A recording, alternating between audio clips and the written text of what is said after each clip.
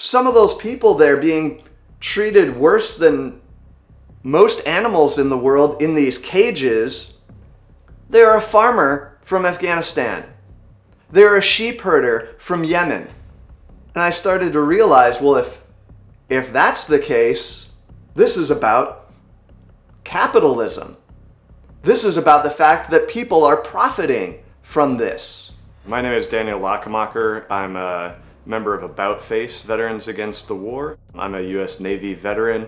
I was in from 2005 to 2009, and during that time I deployed and worked in the prisons in Guantanamo Bay. The reasons I joined the military, a lot of them were ideological. I grew up as an evangelical Christian, conservative George W. Bush Republican family, and so I was actually in Chicago attending the Moody Bible Institute when 9/11 happened, and so it was really framed as if America was suddenly engaged in a religious war. We went to a mock-up of the prison in Fort Lewis in Washington, in which they had government contractors paid to be pretend people detained in the prison, and they would try and attack us through what they would call the bean holes, the little box that we would deliver medications where people, and they would reach out and grab and be like, see, this is how you're gonna get toasted. You get too close, you think you can trust any of these people. All of that was built up in us before we even got down there, before we would even have our first interaction with one of the people imprisoned there. It was literally said that they'll find a way through their networks to go after your family. So never say your name to them. We had fake names that we would use, these far-fetched stories about people having said their names and then their family members back in the US somewhere getting threatened. There are people imprisoned who would have no contact with any other prisoners. Absolutely none. They would have no way, no sight, no sound, no anything. The only people that they would ever experience would be members of the US military or other militaries like the Israeli military during interrogation or something like that. But I never witnessed interrogations. I know from having heard from people who were imprisoned there who thankfully are now out about those experiences, particularly of being interrogated by members of the Israeli military. So Israel was particularly one of the heavies? Yes.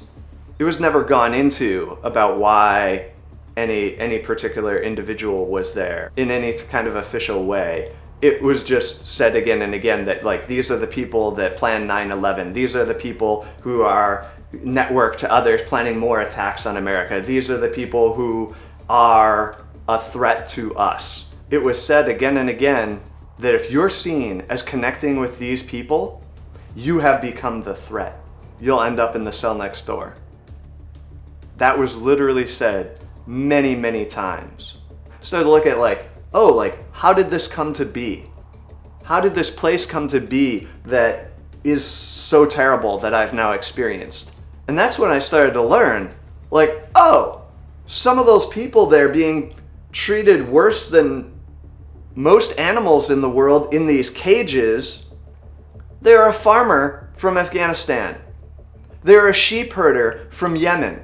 Others who were imprisoned there who speak of the fact of how they were sold for ransoms, for bounties, by people the U.S. would pay out, to people in some of these different countries what were to them large sums just to accuse somebody else. And I started to realize, well, if that's the case, start pulling on that thread, and you see this is about power.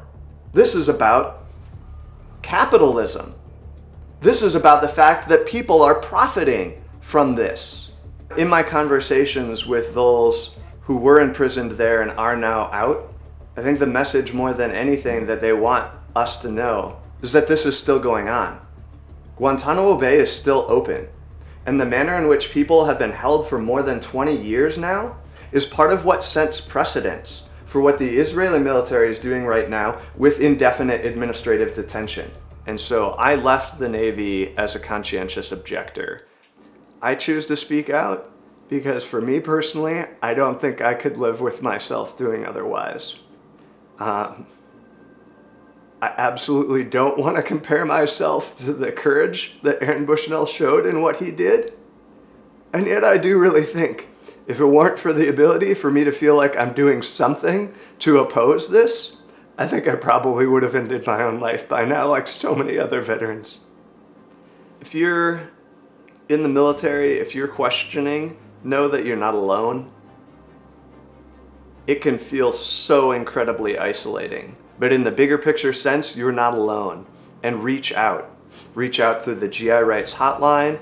If conscientious objector status seems like something that would be a way for you, reach out to the Center on Conscience and War. Reach out and know that you'll have support.